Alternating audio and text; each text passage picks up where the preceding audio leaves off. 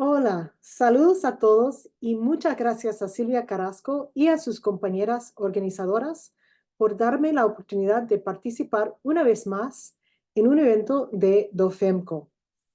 El título de mi ponencia es Los Hiro Onodas de la Gran Guerra de Género.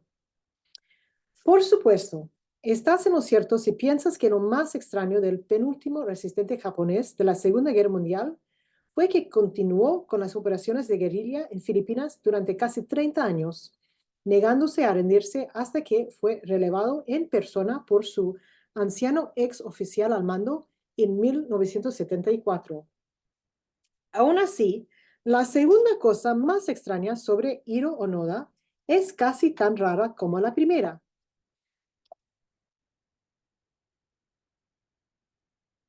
Tras su repatriación, abandonó Japón casi de inmediato con destino a un rancho ganadero en Brasil.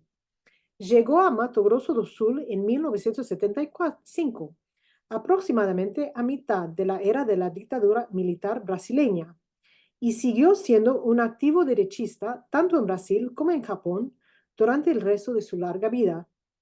Murió en 2014 a los 91 años, más afortunado que los aproximadamente 30 campesinos filipinos a los que mató, sobre todo cuando ellos intentaron impedir que les robara la comida y el ganado durante su larga resistencia.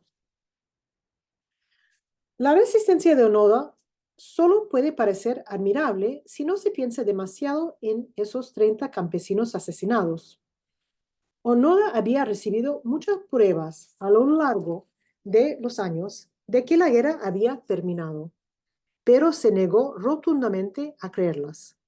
Una vez de vuelta en el Japón, al que supuestamente había sido ferozmente leal, se marchó casi de inmediato para vivir en un enclave anacrónico bajo un régimen político que también acogía a antiguos nazis. El hombre era menos una figura trágica que un burro testarudo. ¿Qué me trae a la mente estos días?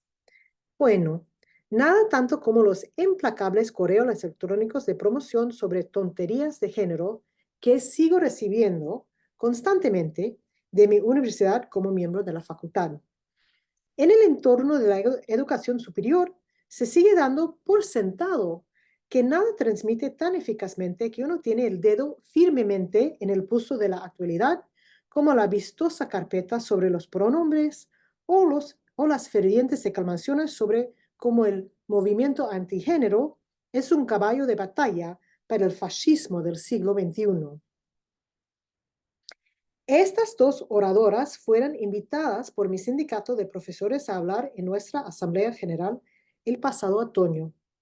Hablaron de cómo las críticas a la ideología de género hacen que las universidades sean inseguras. Esta formulación es un ataque directo a la libertad académica, por supuesto, pero el ataque a la libertad intelectual emprendido en nombre de la ideología de género no es aislado. Vivimos una época en la que se está aplastando el pensamiento disidente de todo tipo, relacionado con los debates sobre el COVID, las vacunas contra el COVID, Ucrania, Israel, la migración, la raza, la historia occidental. La lista es larga. En el caso del género, sin embargo, hay una negativa única, completa y absoluta a mirar por la ventana y darse cuenta de que los principales problemas de la ideología de género no son retóricos. No son problemas de demasiadas feministas putativamente mezquinas diciendo cosas hilarantemente mezquinas, ni siquiera de demasiados tipos como Matt Walsh grabando a tontas hablando de gallinas lloronas. No, el principal problema de la ideología de género es un monstruo espantoso, un escándalo médico que se vislumbra más claramente cada día. En el mundo cotidiano, a nadie le importa Judith Butler, ni a favor ni en contra. A nadie le importa si el hecho de que Matt Walsh le pida a su mujer que le haga un sándwich es sexismo pueril, o si Sheila Jeffries debería ser más tolerante con los hombres. A la gente corriente no le interesa nada de eso. Lo que sí detiene la mente popular es que el número asombroso de niños han sido alimentados con fármacos que sin duda causan pérdida ósea y que probablemente dañan el desarrollo cerebral. Se ha dado cuenta de quién ha estado abogando por dichas prácticas y sabe que no es ni el equipo Jeffries ni el equipo Walsh. ¡Boo! La insistencia de los ideólogos de género y es una frase un poco difícil para mí, pero lo voy a leer. La insistencia de los ideólogos de género en enarbolar la bandera de la transición de género pediátrica desde su palo mayor es lo que va hundiendo su acorazado. El hecho de seguir insistiendo que solo la gente muy poco groovy, como Silvia y yo, nosotras fuimos votadas de un congreso de antropología el año pasado, que solo la gente muy poco groovy piensa que merece la pena hablar del sexo biológico. El hecho de repartir premios por profundizar mucho en el tema, en el mismo congreso del cual Silvia y yo fuimos votadas, este tipo, Agustín Fuentes, recibió un premio del presidente de la Asociación de Antropología Americana por servicio a la disciplina. Él, por supuesto, ha atacado muchísimo a Silvia y yo, a las otras antropólogas, quienes querían hablar de la importancia de la biología sexual, imagínase, en un congreso de antropología, y ha publicado mucho sobre cómo, por qué el sexo humano no es binario. Bueno,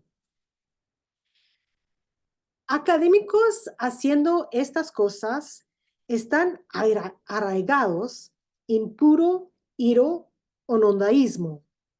Como en su caso de Onoda, no estamos hablando aquí de una postura de principios solitarios.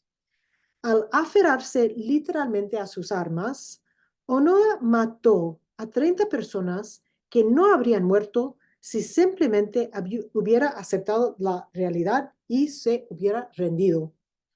Al seguir aporreando el tambor de la transición de los menores, muchos académicos, incluidos colegas míos de la Universidad de Alberta, y acá tenemos, en la primera foto es Florence Ashley. Él estaba brevemente en un comité de la Organización Mundial de Salud hasta que fue publicado de que él estaba abogando literalmente de los bloqueadores de la pubertad como una opción por defecto para cualquier joven con la disforia de género. En la otra foto es Christopher Wells, es otro profesor en mi universidad, y él ha abogado mucho en la prohibición de la supuesta terapia de conversión, pero como ustedes saben, la medicina trans, entre muchas comillas, en muchos casos es en sí terapia de conversión para los jóvenes gay, los jóvenes lesbianas. Bueno, de todas maneras,